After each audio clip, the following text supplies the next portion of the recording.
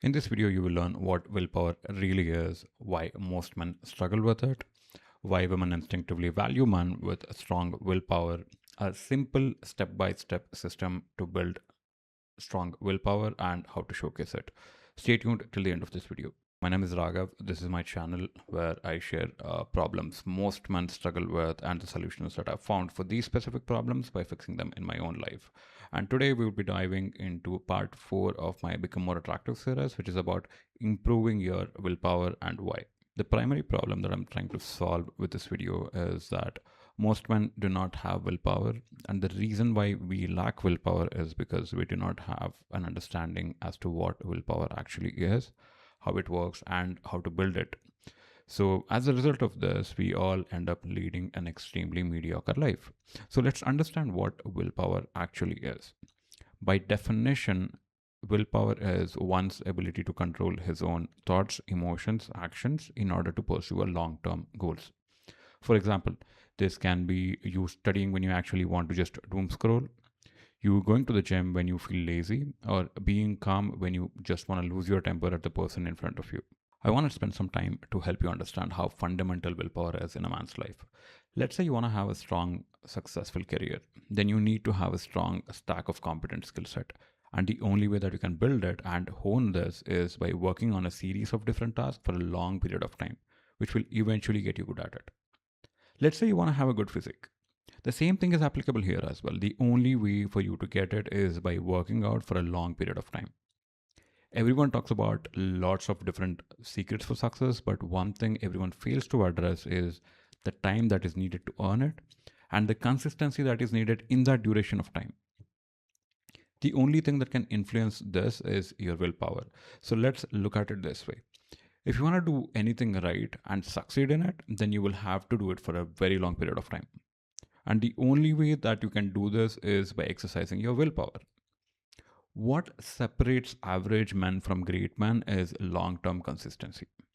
Now that we understand what willpower is, you might be wondering why women care about willpower. So let's address this question in the next section.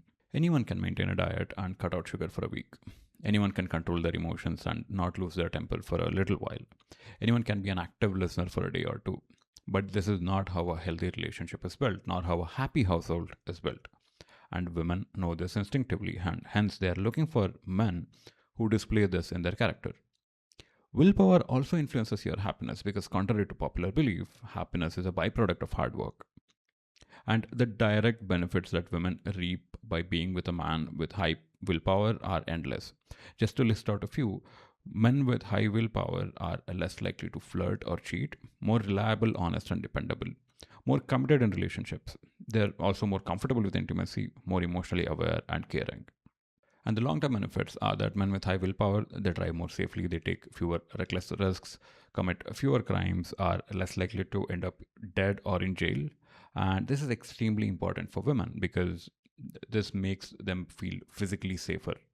And trust me when I say this, women find safety as sexy. Bottom line is that willpower makes you stable, trustworthy, safe, and valuable in a long term relationship. And all of these are extremely desirable traits that women look for. Now, let's discuss how to improve your willpower in the next section. So, before we can initiate this process of building willpower, we need to set the right foundation, which is creating a right mindset. You do this by exercising self compassion and fixing your inner monologue. So, let me walk you through this process of how you can be more self compassionate. So, let's let me walk you through a situation. Let's say one of your friends is going through a bad situation, whether they've lost their job or they're going through a bad breakup, whatever it might be, and you are expected to console them. How do you normally do it? Even if you are a half decent human being, you will be kind to them. You will not tell them immediately that it was all their fault, that they could have done better, or they never learned from their mistakes. Instead, you will tell them, hey, don't blame yourself. It's just a temporary problem. You will figure it out eventually.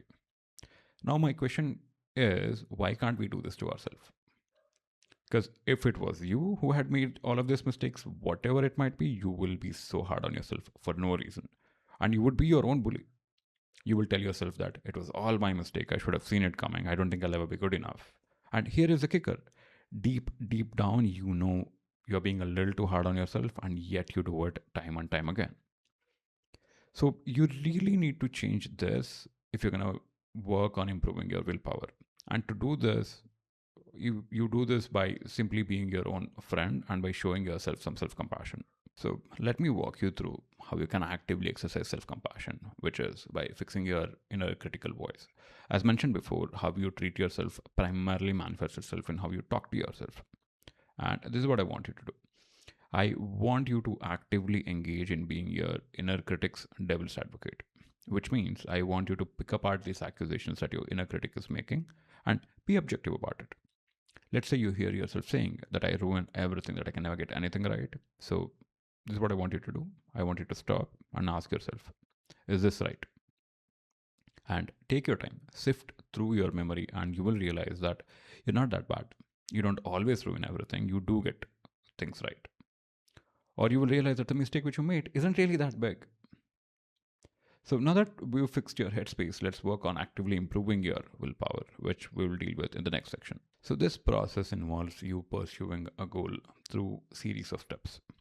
These steps need to be followed in the exact order. And the first step is pick a goal and pursue it. Few things to keep in mind while doing this.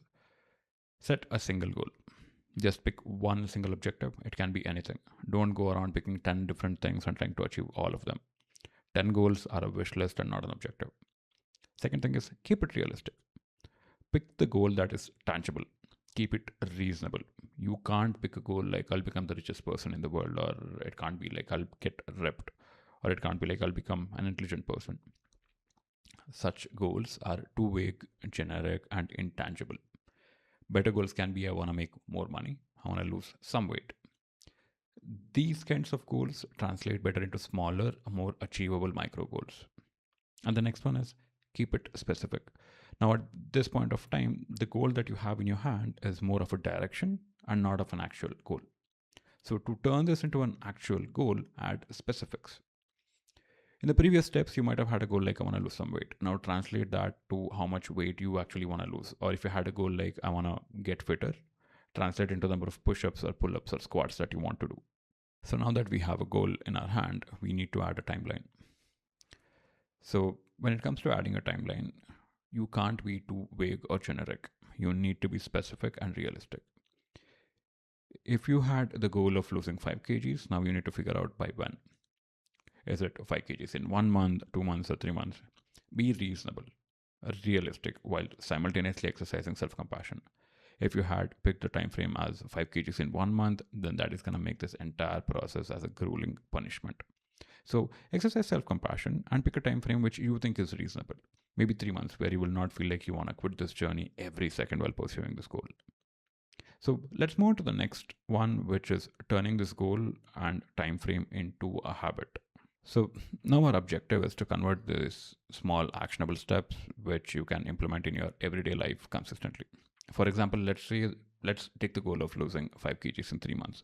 Now you need to add smaller, actionable and repeatable steps into your everyday life, like removing all sugar, walking 10,000 steps every day, working out an hour every day.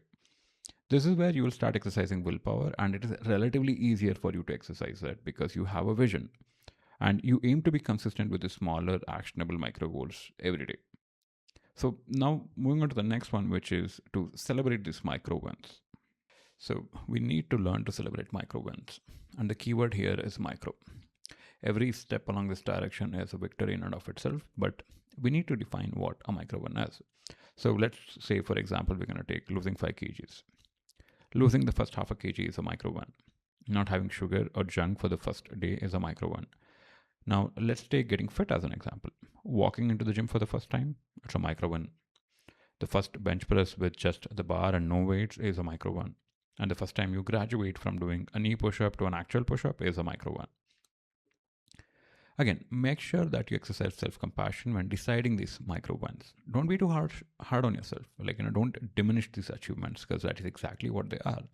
And all of these milestones, they need to be celebrated. Hence, I'm calling them as micro wins and not just as micro goals. Now, let's be careful about how we celebrate these micro wins. If we are trying to lose weight, then your format of celebrating this micro win cannot be having a box of donuts, right? Because that is counterproductive. It'll be like taking one step forward and 2 steps backwards. So this is how we are going to celebrate these micro wins, by tracking them and by accumulating them. You will celebrate the 10th micro win instead of the first one.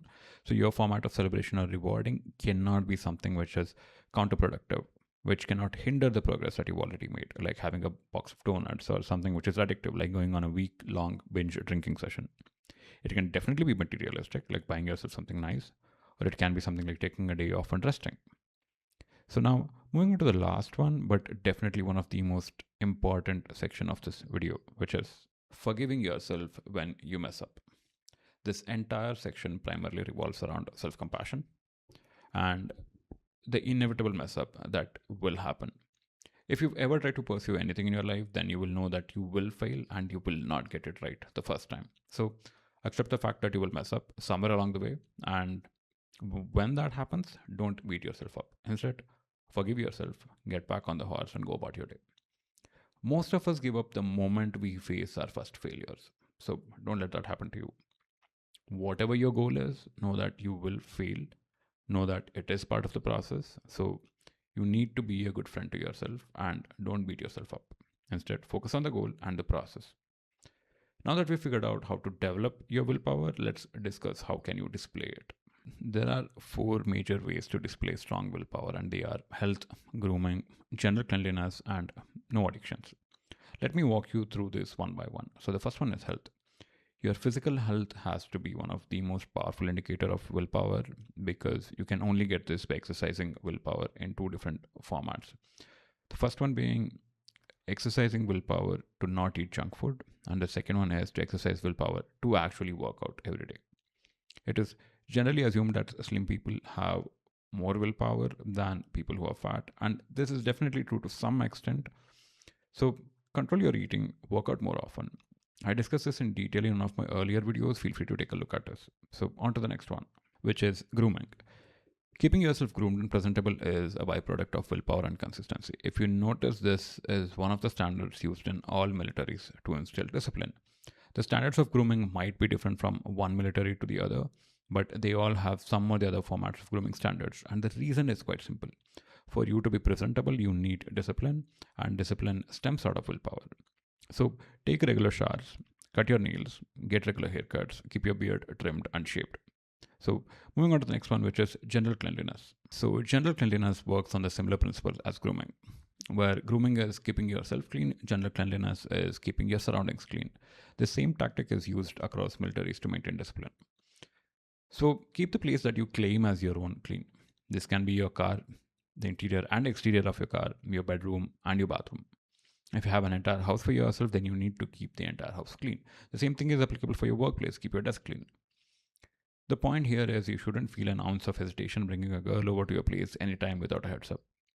Before I wrap this section up, let me explain that there is a catch with men when it comes to cleanliness, which is that the definition of cleanliness is extremely subjective with men.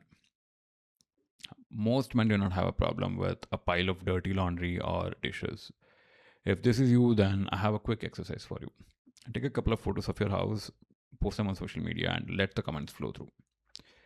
If this idea scares you, then you definitely fall into the group of men who need to rethink about their definition of cleanliness. Now let's move on to the next section, which is addiction or no addictions. Addiction to anything, whether it is alcohol, video games, or junk food, signifies lack of willpower. And the objective here is balance, not overindulgence, neither is it abstinence. Women want to have all kinds of fun, and nothing is fun when it is on the extreme side of a spectrum. It's not fun when you get sloshed on a date, or neither is it fun when you're completely sober. And the same logic applies for work as well. Nobody likes an ambitionless loser, and they hate workaholics just as much. So find balance. Work hard, but play harder. So that's it for this video. In summary, be your own friend, exercise self-compassion, pursue a goal, and if you fall, don't beat yourself up. Instead, forgive yourself and get back on the horse. Look for the next part of this video series where I talk about agreeableness and how it affects your dating life. If you find value in this video, consider liking it. Definitely helps a lot. If you like this type of content, then definitely consider subscribing. It helps even more. So I'll see you guys in the next video.